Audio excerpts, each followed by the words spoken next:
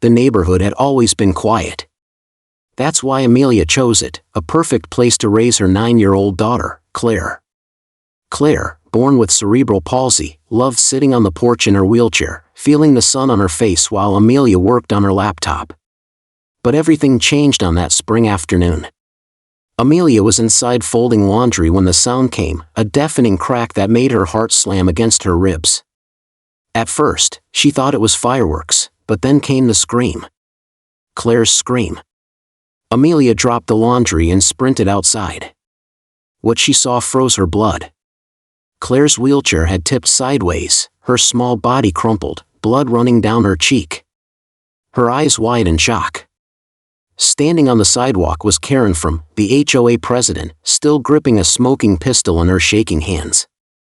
"Oh my God.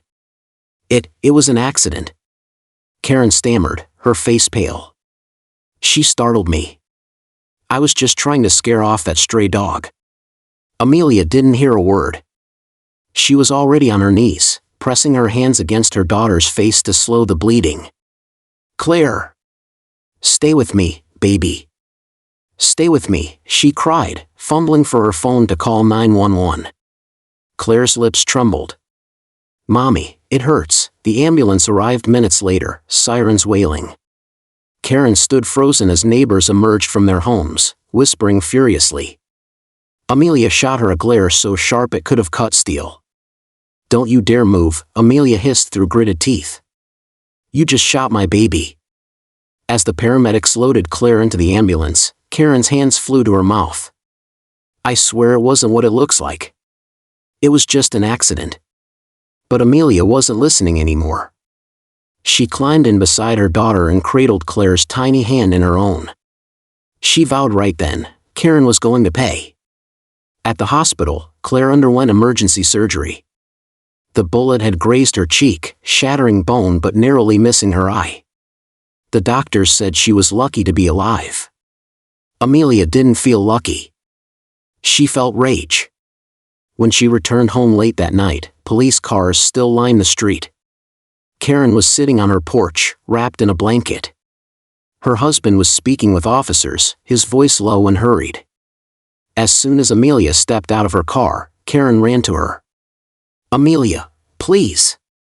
I didn't mean to hurt her. The HOA has been getting complaints about stray dogs. I thought she was one, I just wanted to scare it off." Amelia's hand shot up. "Shut your mouth." Her voice was low, shaking with fury. "You saw my daughter out there every day. You knew she was disabled. And you, what? You accidentally aimed a gun in her direction? It went off by itself." Karen wailed. "I didn't pull the trigger. I swear." The police tried to intervene. "Ma'am, we'll need to take your statement formally. We've secured the weapon and I'll give you a statement," Amelia snapped. "But understand this, if you let her walk away from this, I will make sure everyone knows what she did." Karen flinched. "Please, don't ruin my life over this." "You ruined my daughter's face," Amelia hissed. "I'm just getting started." Days turned into weeks. Claire recovered slowly, her face wrapped in bandages. She cried every time she looked in the mirror, terrified of the scar the doctors said would remain. Amelia threw herself into fighting for justice. But the deeper she dug, the more frustrated she became. The HOA had power, more than she realized. Karen was married to a wealthy real estate developer, and suddenly Amelia's calls to the police weren't being returned as quickly. Rumors swirled that Karen was calling in favors, spinning the story as a tragic accident to anyone who would listen. One night, Amelia received a call from a neighbor. "They're saying you let Claire roll into the street unsupervised," the woman whispered. "Karen's telling everyone it wasn't her fault." Amelia slammed the phone down. "They're trying to blame Claire now." That night, she stood by her daughter's bed, watching Claire sleep. The scar on her cheek was healing, but Amelia's fury burned hotter than ever. "Don't worry, baby," she whispered. "Mommy's not stopping until Karen pays for what she's done." She didn't care how much money Karen's husband had. She didn't care about HOA politics. Amelia knew the truth, and now she needed the world to know too. Amelia hired a lawyer and a private investigator. Within a week, the PI uncovered something damning. Karen had a history of reckless behavior. 3 years prior, she'd fired a gun at teenagers who had set off fireworks near her house. Armed with this, Amelia went public. She posted Claire's story online, including a photo of her daughter's bandaged face and a detailed account of what happened. The post went viral overnight. Local news stations camped outside Karen's home. Protesters picketed the HOA offices.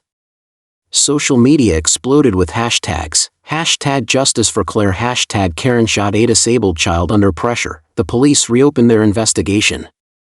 The district attorney announced they were considering charges for reckless endangerment and negligence. Karen's husband begged Amelia to take the post down. "We'll pay for all the medical bills," he pleaded. "We'll even donate to a disability charity in Claire's name." Amelia's reply was ice cold. "You think this is about money? My daughter almost died. No deal." 3 months later, Karen stood before a judge, pale and trembling. The court found her guilty of reckless discharge of a firearm and sentenced her to 2 years in prison. As Karen was led away in handcuffs, Amelia sat in the courtroom holding Claire's hand. The little girl looked up at her mother and whispered, "Mommy, is she going to hurt anyone else now?" "No, baby," Amelia said softly. "She'll never hurt anyone again." When they returned home, neighbors lined the street, applauding and holding signs that read, "We stand with Claire." Amelia knelt in front of her daughter. "You're so brave," she said, tears welling up. "This scar? It's proof of how strong you are." Claire smiled shyly, touching her cheek.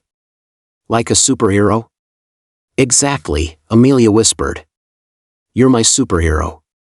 And as the sun set on their quiet neighborhood, Amelia knew she'd won, not just justice for Claire, but the promise of a safer world for her daughter to grow up in.